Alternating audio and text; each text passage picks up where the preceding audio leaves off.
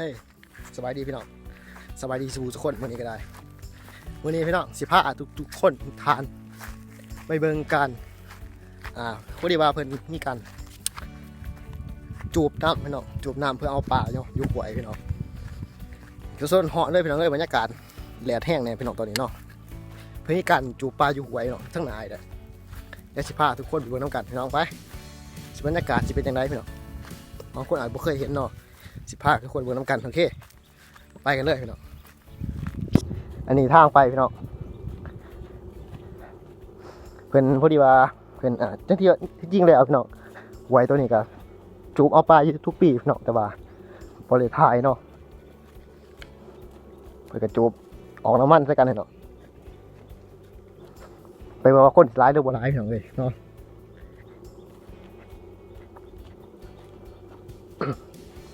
น้ำวิ่งนี่ก็เลื่อมบกไปทางไรบ้างเนี่ยหน้าที่ทางนี่ครับ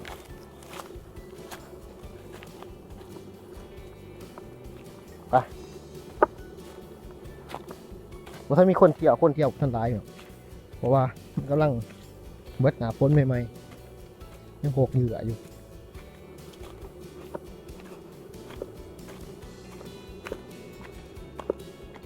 โอ้เขามีขวาขามด้วยเดี๋ยวขามขวาก่อนมาขามขวาพี่น้องสะพานหรือว่าขวาขามสูงเลยเติบเลย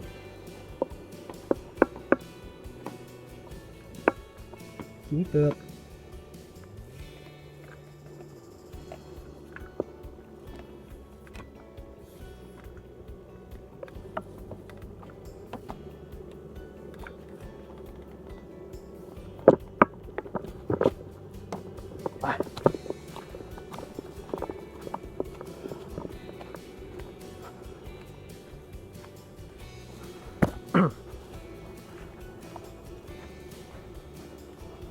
ปลาอย่างคนขางโคกนี่เลยโคกเกลือนี่เนาะ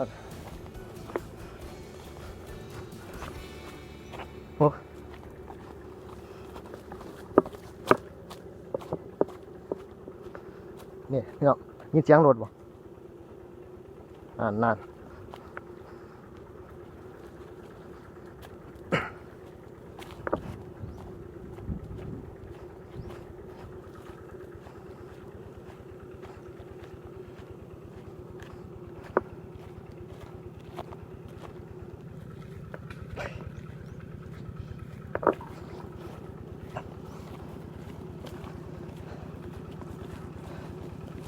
เฮ้ยก็ได้โอ้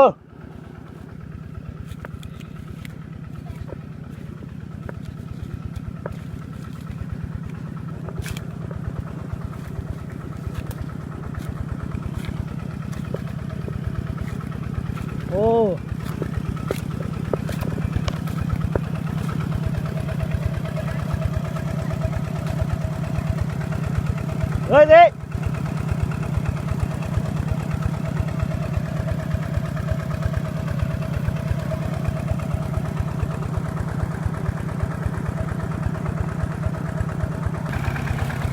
ตอนนี้พี่น้องเพิ่งกำลังเกี่ยมเป็นน้ำออกเนาะหน่อยเนาะเป็นน้ำนี่โอ้น้ำคุณขนาดเลย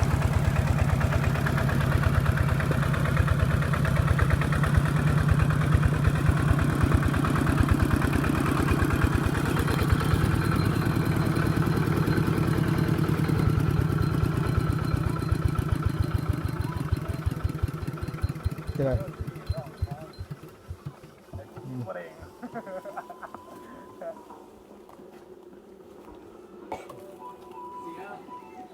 ตอนนี้ก็มีการกินเนาะซุปแซวในกลางหวยเป็นยังไงบรรยากาศเมืองน้ำกันโอ้จากมาจากในการซุปแซว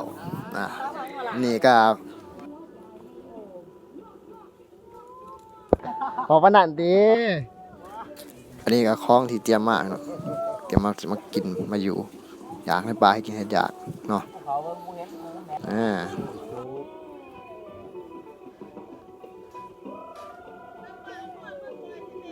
อันนี้ฮักกูละคู่นะวันนะ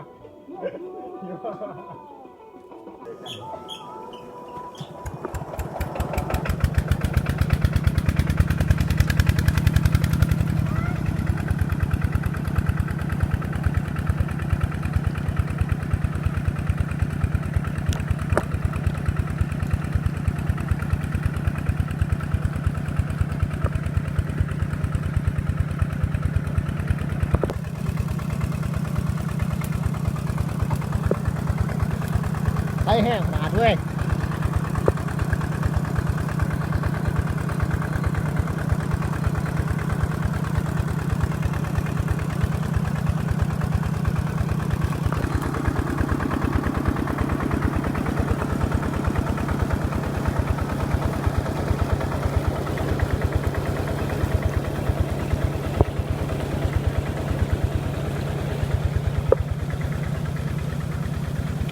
ไหลลงมาพี่น้อง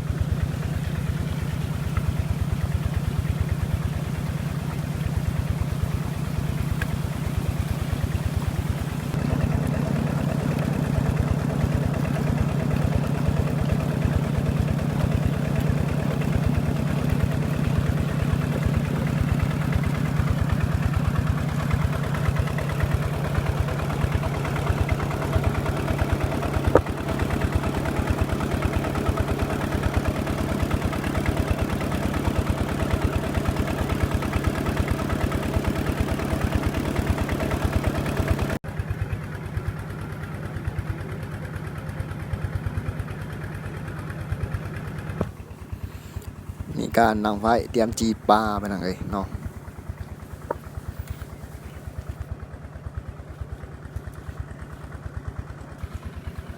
ไอ้พี่น้องแล้ว15ยังไปเบิ่งอีกมุมหนึ่งของฝากไว้มาหอดมุมนี้พี่น้องคือเห็นตอนข้าวยังน้อยเนาะมาดิดน้ำนี่แหละต้นน้ำตามม้วนขึ้นยังเนี่ยเด็กเนาะแต่วันนี้เขาเศร้าดินนะเนาะหลายปีแล้ว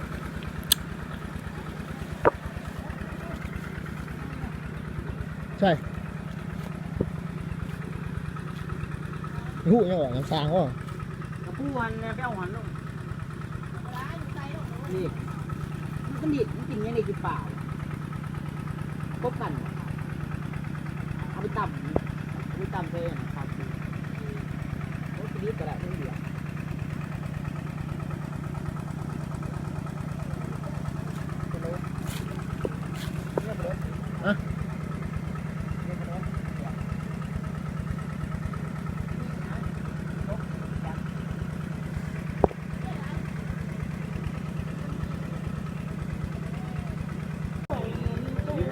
เห็นยังไงยังหาทั้งหนามาหอยโอ้ยขึ้นบอกกันนี่เป็นพวกเกลือกูนะ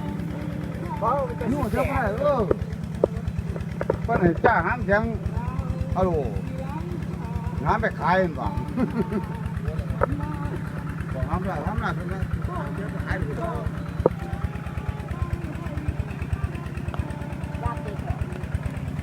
เรามันรอด